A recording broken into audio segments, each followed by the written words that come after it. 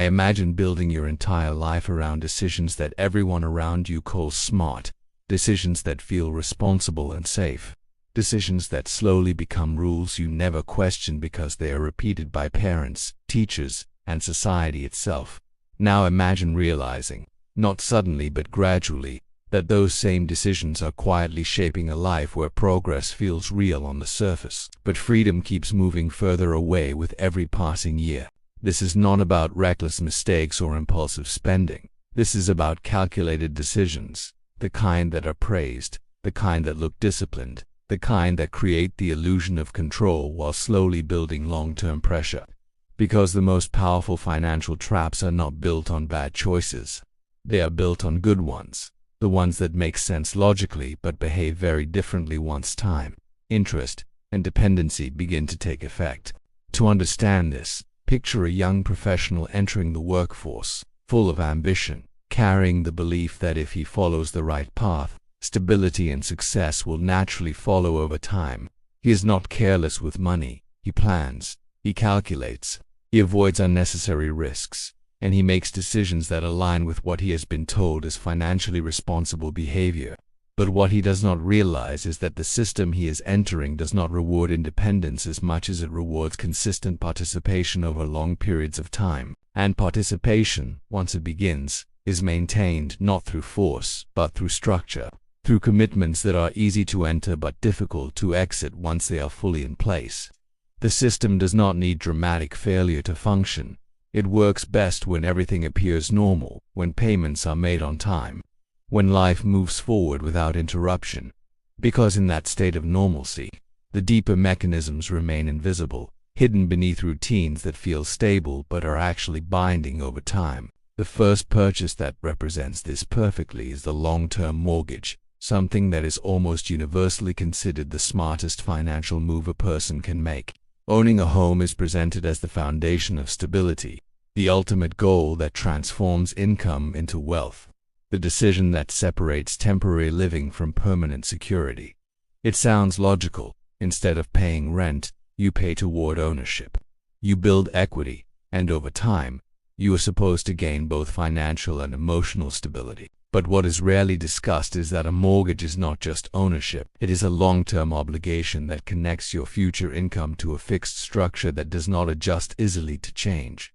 Once you enter this agreement, your financial flexibility begins to shrink, your ability to take risks reduces, and your dependence on stable income becomes absolute, rather than optional at first. This does not feel like a problem because the system around you is stable. Jobs exist, salaries come in regularly, and the monthly payments fit within your expectations. But the structure reveals itself during instability, when income is disrupted, when markets shift, or when external conditions change in ways you cannot control. At that point, the house does not provide flexibility. It demands consistency. It requires payments regardless of your situation, turning stability into pressure. This pattern has repeated across multiple economies, where homes purchased as assets become liabilities under changing conditions, trapping owners in financial commitments they cannot easily escape. The structure does not fail. It continues exactly as designed, but the individual experiences the shift from control to obligation in a way that feels sudden and overwhelming. The second purchase that follows this pattern is higher education financed through long-term debt, something that is almost universally framed as an investment in your future.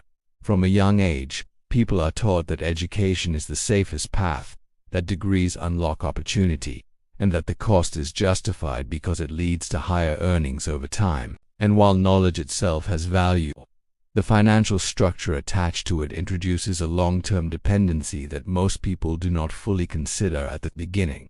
When a student takes on debt, they are not just paying for education, they are committing future income to repayment regardless of how their career unfolds. If the job market changes, if wages stagnate, or if opportunities do not align with expectations, the debt remains fixed, creating pressure that shapes decisions for years. This transforms what was meant to be an investment into a constraint, where choices are no longer based on growth but on the need to maintain financial stability. The third purchase that fits this pattern is the new car bought through financing, something that appears necessary, practical, and aligned with modern life. A car provides mobility, convenience, and access, making it feel like a logical decision, especially when structured through manageable monthly payments. But unlike an appreciating asset, a car loses value continuously, meaning you are paying for something that is declining while still carrying the full weight of the loan. And beyond the initial cost, the car brings a system of ongoing expenses: fuel, maintenance, insurance, repairs, each one adding another layer of financial commitment. Over time, these layers accumulate, turning what seemed like a simple purchase into a continuous drain on income that rarely stops entirely. The fourth purchase, often overlooked because it feels responsible, is subscription-based living, where services replace ownership across multiple areas of life. Streaming platforms, software, memberships, and recurring services create a system where small payments become permanent parts of monthly expenses. Individually, each cost feels insignificant, but collectively, they create a fixed structure that reduces flexibility without being immediately noticeable. Because these payments are automatic, they are rarely questioned, and over time they become embedded into financial behavior without conscious awareness. The fifth purchase is extended warranties and protection plans, which are sold as safety nets but often function as additional layers of cost that provide limited real value. They appeal to the fear of loss, creating the idea that paying extra now will prevent larger expenses later, even when the probability of that loss is relatively low. This transforms uncertainty into a recurring cost, shifting risk in a way that benefits the system more than the individual. The sixth purchase is luxury items financed through installments, where affordability is created artificially through extended payment structures. Instead of paying up front, individuals are encouraged to spread the cost over time, making high-priced items feel accessible without immediate financial strain. But this structure delays the true impact, turning short-term satisfaction into long-term obligation that extends beyond the initial moment of purchase. The seventh purchase is investment products that are not fully understood, where complexity replaces clarity and promises replace transparency. These products often appear sophisticated, offering the idea of growth, diversification, and security. But their structure can hide risks that only become visible over time, and because they are presented as advanced financial tools, they are rarely questioned by those who trust the system's expertise. The eighth purchase, perhaps the most subtle of all, is lifestyle inflation, where increased income leads to increased spending rather than increased freedom. As earnings grow, expectations grow with them, creating a cycle where financial progress does not translate into independence but into higher levels of commitment. This cycle is reinforced socially, where success is measured through visible upgrades rather than reduced obligations. And over time, this transforms income growth into a mechanism that sustains the system rather than one that creates true flexibility. Across all these purchases, a consistent pattern emerges. One where decisions that appear smart individually become restrictive when combined over long periods. The system does not force these choices. It encourages them, aligns incentives around them, and normalizes them to the point where they feel unavoidable. And because they feel normal, they are rarely examined deeply, allowing the structure to operate without resistance. What makes these purchases dangerous is not their immediate impact, but their long-term interaction, the way they connect, overlap, and reinforce each other over time. A mortgage requires stable income, a degree creates debt, a car adds expenses. Subscriptions reduce flexibility, and together they form a network of obligations. This network becomes the environment in which financial life operates, shaping decisions, limiting options, and defining what is possible within that structure and within that environment. Freedom is not eliminated suddenly. It is gradually replaced with responsibility that feels necessary but becomes restrictive over time. This is how the system maintains stability, not by removing risk, but by distributing it across individuals in ways that are manageable but persistent. And as long as participation continues, the structure remains intact, functioning exactly as it was designed to. And once this network of obligations becomes stable, something subtle begins to change, not in the system itself, but in the way individuals perceive their own financial position over time. At first, everything feels controlled. Payments are predictable, income is steady, and life appears to be moving forward in a structured and manageable way. But beneath that surface, the total weight of commitments begins to grow. Not dramatically but gradually, in a way that rarely triggers immediate concern. Because each obligation was justified when it was created, each one made sense in isolation, and none of them felt like a mistake at the time. This is what makes the system effective. It does not rely on large, obvious risks. It builds pressure through small, reasonable decisions that accumulate over time. And as these decisions accumulate, flexibility begins to disappear. Not all at once, but piece by piece, until options that once felt available no longer exist. The individual does not feel trapped immediately, because the system is designed to feel stable, to provide continuity, to maintain the illusion of progress. But progress in this context is often measured by activity rather than outcome, by movement rather than meaningful change in financial position. Payments are made, balances shift slightly, and life continues, creating the impression that everything is functioning as it should, yet the total structure remains largely unchanged.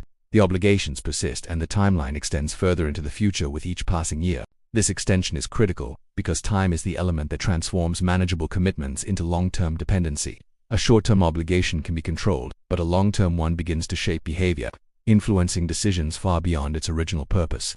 This is where the trap becomes visible, not at the moment of purchase but years later, when the combined effect of multiple decisions begins to limit freedom. The individual starts to notice that changing jobs becomes risky, that taking a break becomes difficult, that reducing income is no longer an option. And yet, nothing appears broken. The system is still functioning. The payments are still being made, and the structure remains intact. This is not failure. It is containment, a state where movement is allowed but only within certain boundaries defined by financial obligations. And those boundaries are reinforced continuously, not through enforcement, but through necessity, through the need to maintain stability at all costs. Because once stability becomes dependent on ongoing payments, any disruption feels like a threat, not just to finances, but to the entire structure of life. This is why people continue even when they feel pressure, because stopping is not presented as an option within the system. Instead, adjustment becomes the default response, cutting costs, increasing income, restructuring obligations, all to maintain continuity. But these adjustments do not remove the structure, they reinforce it, ensuring that participation continues even under strain. And over time, strain becomes normalized, something that is accepted rather than questioned, something that feels like part of life rather than a signal of imbalance. This normalization is powerful because it prevents deeper examination of the system itself. Keeping focus on individual behavior rather than structural design, people begin to believe that pressure is personal, that it reflects their own decisions, rather than recognizing the broader pattern that shapes those decisions.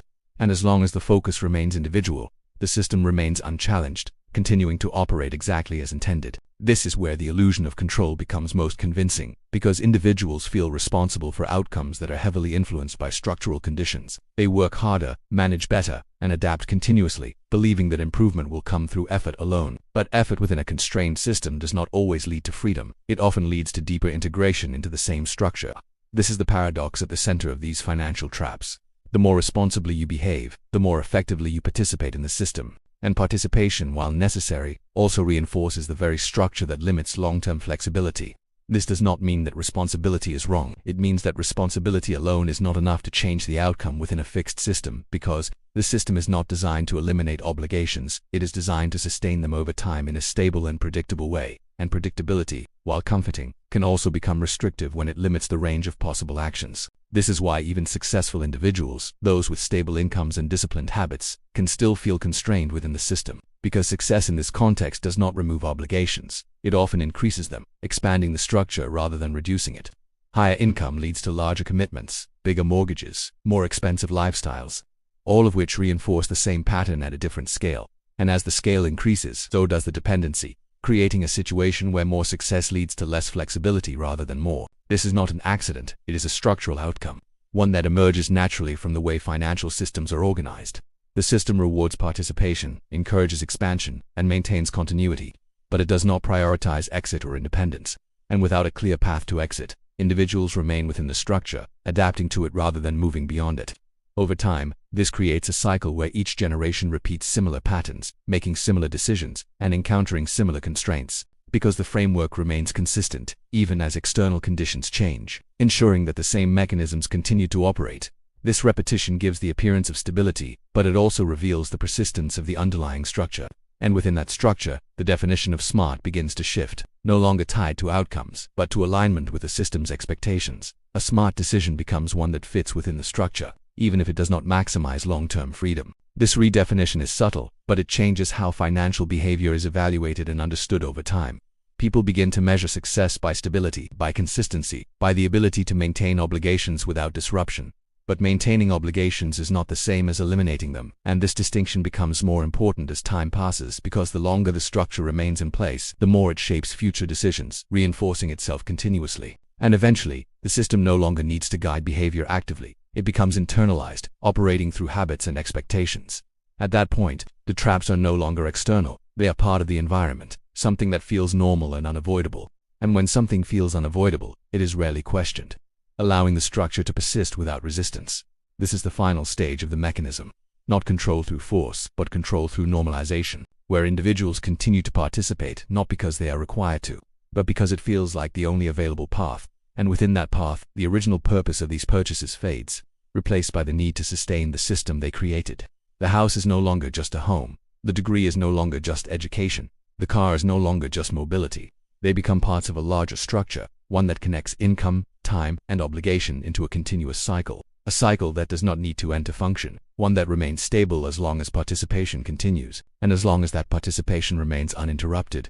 The system achieves exactly what it was designed to do. Not to create freedom, not to eliminate risk, but to maintain a steady flow of commitment across time. And within that flow, the idea of SMART becomes something different than what it first appeared to be. Not a path to independence, but a path to stability within a structure that rarely allows complete exit. And once that becomes clear, the meaning of these purchases begins to change, not in theory, but in how they function over time. They are not mistakes, they are mechanisms, parts of a system that operates quietly, consistently, and without the need for explanation. And by the time this realization fully settles in, the structure is already in place, already shaping decisions, already defining what is possible. Not suddenly, not dramatically, but slowly, in a way that feels normal until it no longer does.